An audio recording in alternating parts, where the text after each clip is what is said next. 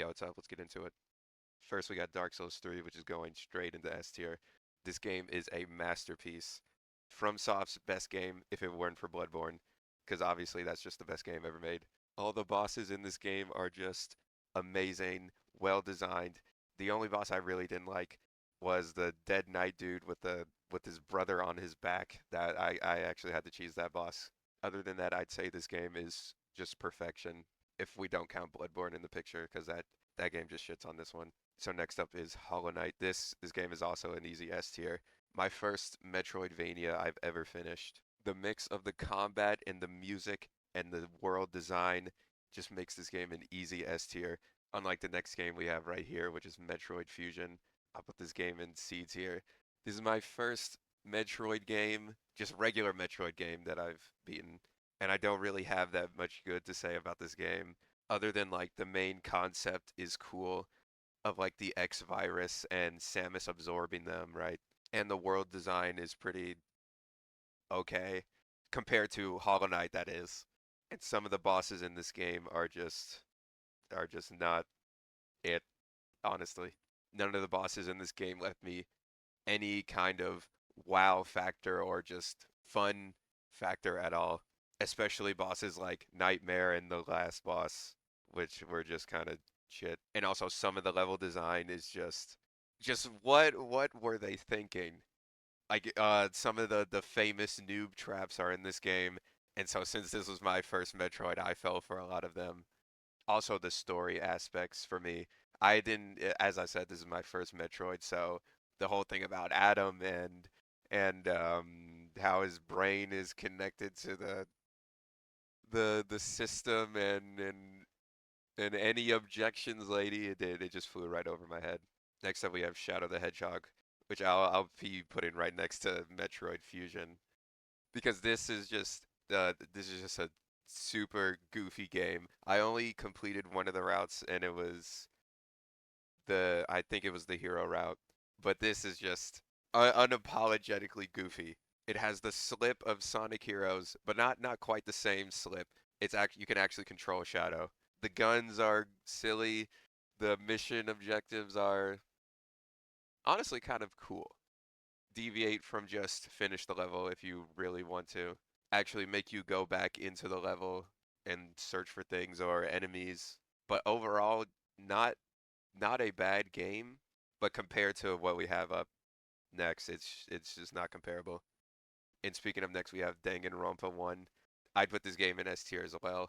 This is my first visual novel I finished, and I thoroughly enjoyed this game because before I played this, the only thing I hear about Danganronpa is like the fans and how they're and how they're crazy. And then I play the game and I'm like, this is what is wrong with this? I guess it's in the same kind of boat as Persona. If you know, you know. But overall, I like the characters. The gameplay is better than most visual novels, but it was charming and likable. Okay, but next we have Armored Core 3. Out of all the Armored Core games I've played, I can only finish 3. But after playing this, I get it. I understand the appeal of Armored Core, and I am so happy I like this series. Even if I can't finish 1 or 2, this game is still good. This game is still good and challenging. The only thing I could really complain about this game is that we're on PS2, and we have 2 sticks on every controller, but we're not using them. Not that the default control scheme is that bad, but it just took some getting used to. But now both control schemes are just fine for me. Next we have Project Diva F second. I am counting this game because I saw the credits, so it's on the list. I'll put this game in B tier since I obviously don't think it's better than these 4 right here. But I put this over every other Project Diva game because it's the last one before Future Tone, which has the annoying double, triple, quad notes. I hate that shit. Actually can't even play the game because of that. I'm not going cross-eyed for Miku, sorry. The song selection in this game is also really nice. Really nice for not being one of the later ones which has every song. Also, it feels way better to play than the PSP ones that feel like 10 FPS and the texture quality being super shit. Next we have the God of War series. Oh, well, not all of them. I'm missing two or four technically, I guess.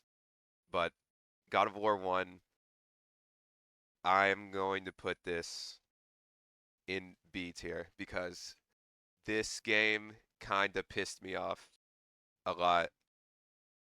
And it was specifically Pandora's Temple. It was just not really fun for me for most of it, especially when you get out of the temple and then you're on the roof and you're climbing the rocks and it's like, "Oh my God, how much longer is this going to take to get to this shit?" And then the thing that really got me was at the end when it's the trial of Zeus. It's the trial of Zeus, the the leader of the gods, and then all it is just some regular fucking enemies on conveyor belts. Like, there's no way. Other than that, it was fine. I did play this game on hard mode, and there was one point where I had to switch to easy, and it was the second phase of Ares, where you have to protect your family. I could not do that on hard mode. It was impossible for me. Yeah, so I put this game in B's here, unlike the second game, which I put over all of these. Every other game on this list. This is just a masterpiece. It is just so good. I could not believe this is a PS2 game, a late PS2 game. It innovates so much, but keeps it the same good combat. The bosses are amazing. The everything is just amazing. The world, the I can't explain it. It's just too good. Like, this is what a sequel should be to every game. Quite possibly in my top 5 games of all time list. But next we have the third game. I'm gonna put it in A tier.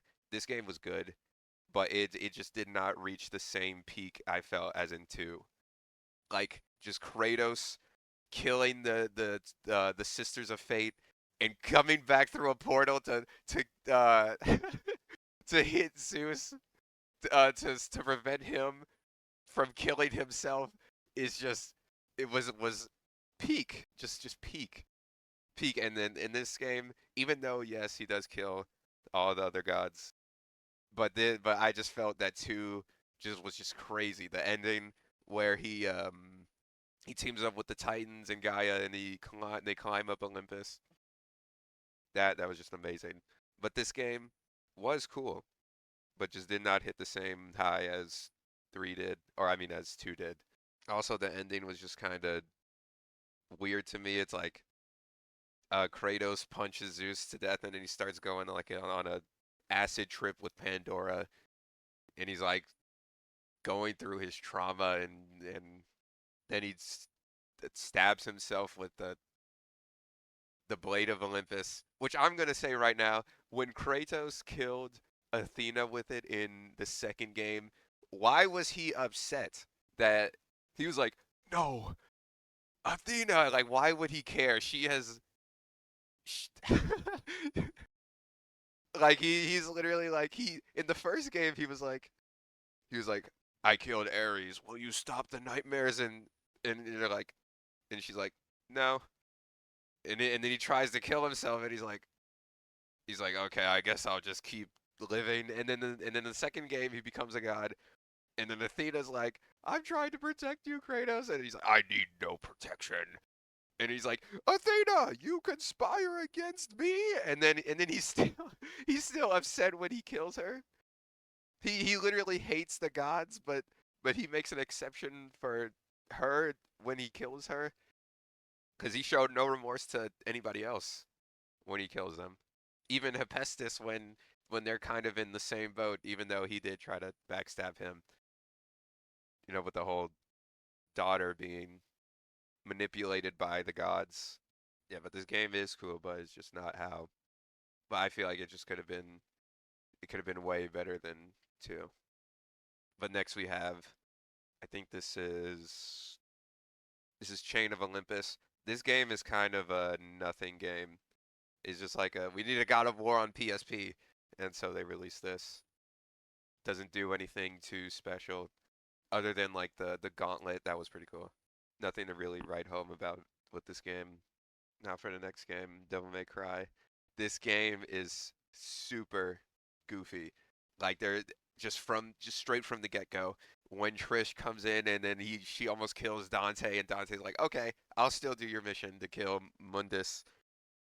To when Dante's on the bridge and then the lightning strikes him and then the bridge falls apart and then he falls into the water and there's a bunch of skulls, flying skulls waiting for him under. It is like, what is happening? Or like how in the ending, like the plane and how you it's like what is this game? But about the gameplay though, it is nice, but I feel like the game is so short. I barely had any time to really do anything. Like my strat by like the halfway point of this game was spam the grenade launcher because they wouldn't be able to move from when if I shot them with it. That and also the for how short this game is, the reuse of bosses like fighting Nightmare 4 times in a 5 hour game. There's just no way. Also, Mundus for a final boss was just kind of lame. Like all I did was just like go up to him on the rocks and devil triggered and slashed him, and it was over. But overall, was not a bad game. Next, we have a Toho fan game, I Am Sakia, which is a Doom-like shooter, and I like this game. I feel like this is one of the reasons why I've gotten so into boomer shooters the past couple weeks. There isn't really much to say than what I've already said, the Toho Doom-like. But we'll move on to the next game, which is Sonic Lost World. The Wii U version. This is just a pile of shit. There's just there's no other way around it. If it were not for Sonic Boom Rise of Lyric, I'd say this is the worst Sonic game. Just completely uninspired, unsonic like, Mario like. Platforming is shit, super slow. The seven Yeti, whatever the fuck they're called, are lame. Their boss fights are lame. Except for the emo one, he was funny as hell. I also hate the music in this game. It's sucks. But next we have a platformer, a Sonic-like platformer that's actually good, which is Spark the Electric Jester 3. And I think I'll put this right here. Or no, I'd put this over Armored Core 3. This is just the best indie platformer probably released ever. This is just like, if I played this as a kid, I would have just dumped Sonic. This was everything I wanted as a kid in a Sonic game, but they never gave it to me. And now that I've played something like it today, it makes me wish I could just go back and somehow give my child self a copy of this game on Steam, because I would watch like every like Sonic 3D Sonic fan game on YouTube where it was just like a glorified tech demo, and I wanted those types of games so bad. And for this to be like a complete version of that, but better, is amazing. So if you want to play a good platformer, play Spark the Electric Jester 3. And this game is decently long too. Like there's over, or well, I decent compared to Sonic. Like there's over like 40 levels in this game, and it's just like, it's amazing. The music is amazing, just just everything. But and you might say I'm glazing this game, but it's an A tier. I just wouldn't put it over any of these five right here. That's why it's gotten the spot it has right now. But next we have Jammerlammy, um Parappa better, but this is still cool. Next we have Elden Ring, and so I'm just gonna say that I actually played like 99% of Elden Ring in 2023, but I just didn't finish it until this year, which by that I mean I killed the final boss this year on my first playthrough. And so I'm gonna say that this game, if it were not for Dark Souls 2, is my least favorite FromSoft game, and I'll just put it in B tier. I think just the open world, I think the FromSoft Souls gameplay is way better when the level design is linear. I just got really burned out of this game after a while. It didn't feel like it dragged on for too long, but it was just a long game to finish. I also did not play the DLC to this, but I don't know, maybe I have to play it again at one time and see if I like it again. Because I did at first like it because I had just came off of Bloodborne for the first time. So obviously more of that was amazing. Also the bosses in this game are just brutal. Like I hate cheesing bosses, but like bosses like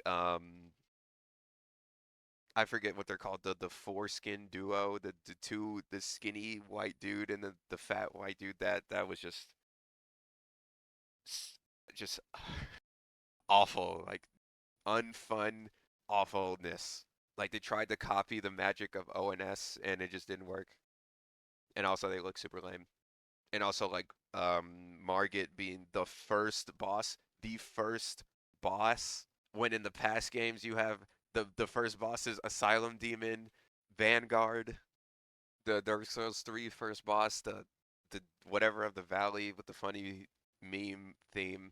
Like simple, pull you in, show you what it's about, but also difficult for first timers. But this game just throws all that away and gives you hell. That's what I'll call it. But next we have, which I actually have not finished this game, but I'm like 95% of the way there was is The Legend of Zelda Wind Waker. And I think I'll put this game at the tail of S because this is the first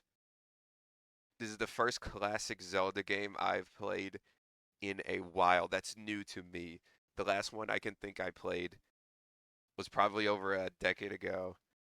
The 3DS, N64 remakes, and A Link to the Past. Or no, A Link Between Worlds.